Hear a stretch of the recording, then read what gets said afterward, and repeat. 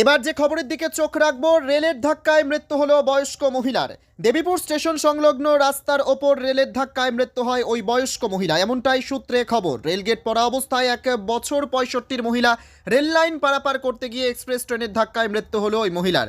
স্থানীয় সূত্রে জানা যাচ্ছে ওই মহিলার বাড়ি দেবীপুর স্টেশন সংলগ্ন আলিপুর রাজবাগান কলোনিতে। বছর 15 আগে স্বামীকে হারান ওই মহিলা। পুত্র সন্তানকে নিয়ে তিনি দেবীপুরের রাজবাগান কলোনিতে থাকতেন।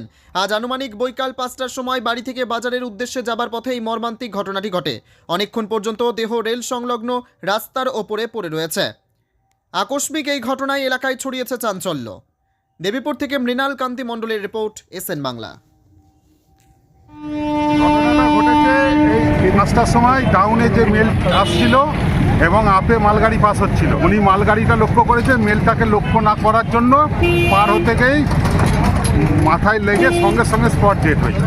ভদ্র মহিলার বাড়ি আলিপুর রাজবাগান কলোনি। আমাদের জনসাধারণের কাছে একটাই রিকোয়েস্ট, দেবীপুর স্টেশন সবসময় প্যাসেঞ্জারদের নামতে প্রচুর অসুবিধা হচ্ছে। কিছুদিন আগে এক ভদ্রলোকে হাত কাটা গেল।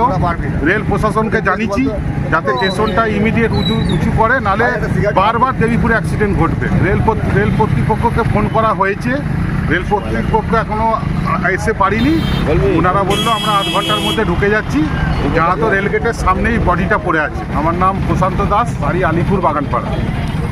আপনি কি কানে কম শুনছেন? আপনার বাচ্চা কি বিশেষ চাহিদা সম্পন্ন? তবে আর দেরি না করে আজই আসুন হিয়ারিং হেল্পে। এখানে অভিজ্ঞ অডিওলজিস্ট দ্বারা কানের সমস্ত পরীক্ষা করা হয়। এছাড়াও নামি দামি কোম্পানির শ্রবণ যন্ত্র ন্যায্য মূল্যে পাওয়া যায়। বিশেষ চাহিদা সম্পন্ন বাচ্চাদের অভিজ্ঞ থেরাপিস্ট দ্বারা স্পিচ থেরাপি, স্পেশাল এডুকেশন ও অকুপেশনাল থেরাপি করানো হয়। বাড়িতে গিয়েও স্পিচ থেরাপি করানো হয়। আজই যোগাযোগ করুন এই নম্বরে 9064896648, এছাড়াও 9593488266। ঠিকানা তিলোত্তমা ভবন, দ্বিতল, ওঙ্কার সিকিউরিটি অফিসের দোতলায়, মেমারি নতুন বাসস্ট্যান্ড, পূর্ব বর্ধমান। অযথা হয়রানির শিকার না হয়ে প্রতিষ্ঠিত জায়গা থেকে কানের মেশিন কিনুন।